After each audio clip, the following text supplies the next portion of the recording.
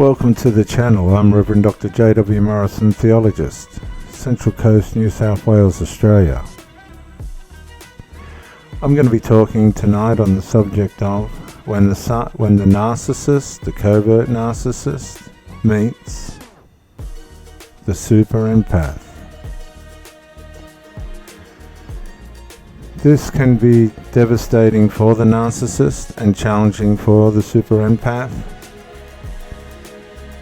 And it's a journey that tests tolerances, loyalties. It's confronted with strangulation, emotional deficits. It's a journey that ends usually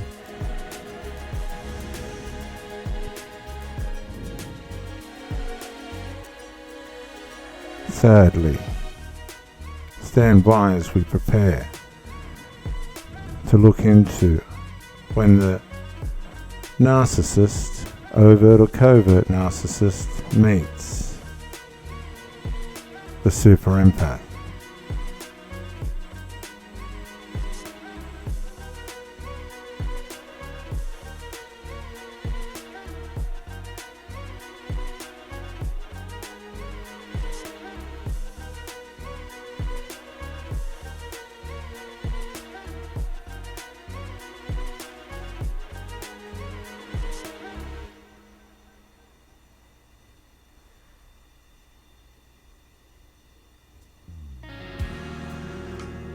It all starts no different to any other encounter where two people meet. It could be at the bar, could be in the shopping centre, in the custard aisle, or in the creamy rice pudding aisle, or maybe down in the bacon section where the woman's just wishing that a man would bring home the bacon for a change and be the husband that he was meant to be. She runs into some hot doggy and things go in a totally different direction.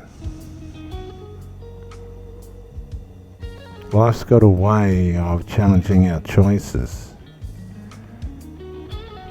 putting our motives in a position where we're faced with, oh, hang on a sec, did I really do that? The cheese isn't in the orange juice section, and the chips aren't down with the ice cream.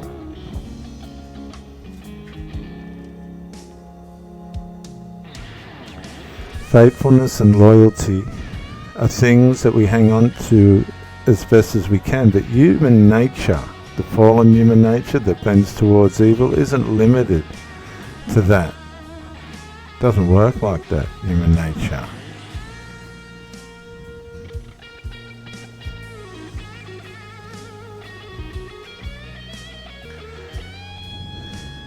Human nature is different to the human spirit. The human spirit will tend towards survival, but the human nature will tend towards evil. And this is where things get all muddled up, because we can be right on track one minute and lost in our lusts, passions and desires the next. Running wild on the drugs and the recreational habits that we have. Reckless sex and lots of drink and hokey pokey where we shouldn't be. Rolling the dice. The hangovers, the headaches, the illnesses, the shame, guilt haunts us and we run from it. Nobody wants to face conviction, the inner conviction that comes from the spirit. Oh yeah buddy, yeah lady, you've got a spirit and it keeps you alive. And it's given by God. What God? Well, you make the effort and find out yourself, but the light has been there the whole time. Shame on you. Sometimes when we look in the mirror, we put our makeup on and fluff and dust up our hair, but it doesn't change the reality of where we're at within ourselves. It's kind of like putting a puppet in a puppet show with a broken string. It's just not going to look the way that it should. And when the mask falls off and we're faced and confronted with the true self, with our true self, well,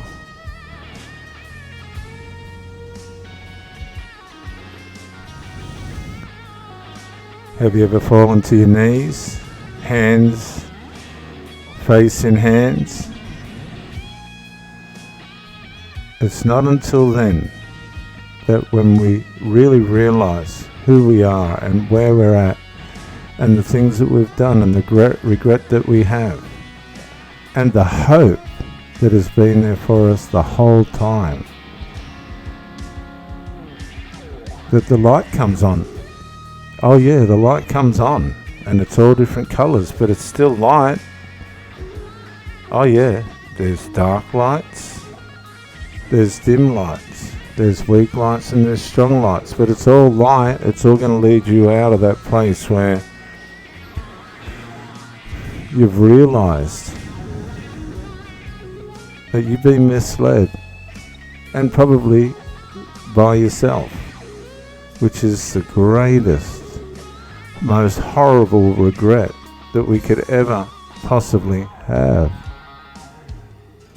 Viewers, remember Judas in the Bible, the friend of the Lord, that came to him and kissed him with the crowds that were about to betray him?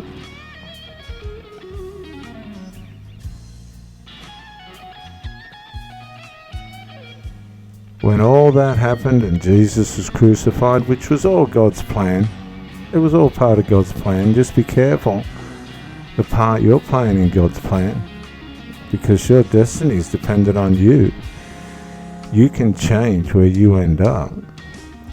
Judas ended up in a tree, hanging by his neck. And by the time they found him, his entrails were on the ground. Where's your guts? Is your guts in the darkness? Are you hanging by a thread, walking around in the darkness like you're blindfolded? Because the light's there. It's right in front of you. The light's shining brighter and the darkness is getting darker. Yeah. Here, have one of these. Hey, have you seen what I've got? Here, try some of this. Hey, have you got any of that devil's lettuce? Hey, can I have some of your devil's lettuce? I'll pay you back. You end up with a headache, bloodshot eyes, your gut's turning, you don't shit properly, you can't piss properly, you piss blood from all the alcohol.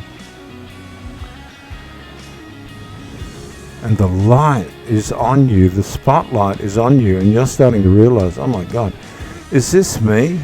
Am I being confronted with myself? And you start to see yourself in dreams and the losses that you've suffered and the time that you've wasted.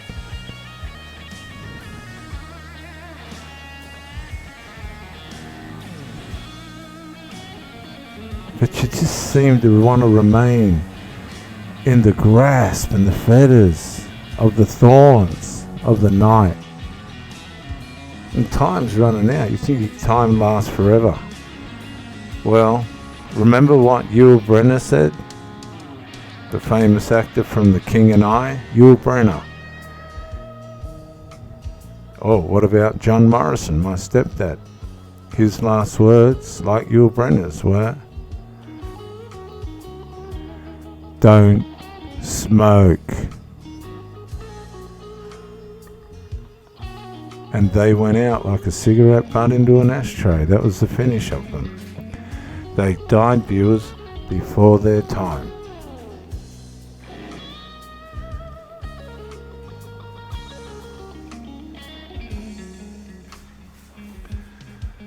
The fact of the matter is, we all have equal opportunity. Sure, life hasn't been as kind to one or the other equally, but we all make our own opportunities. We all live by the sword and die by the sword, or we face opportunity head on and go, right, I'm capable of this. You come to that place where you hit the wall and you go, no, I'm up and I'm on. I'm going to change this. And you cry and you scream and you go through the pain, but you change. And it might be 1 year, 2 years, 3 years, 4 years, 5 years. You've learnt resilience. You've learnt fortitude. You've learnt how to manage life. Don't let life slip through your fingers. Take it by the horns. The light has been there the whole time. Don't look back with regret. This message is for you to realize, whether it be just a little flicker, you have the power within you to turn your life around today. Just micro-incrementally. 1 step forward, 2 steps back, growing stronger and stronger day by day. We have a natural reward system given by God to us, within us. Use it. I'm Reverend Dr. J.W. Morrison, theologist. Bye for now.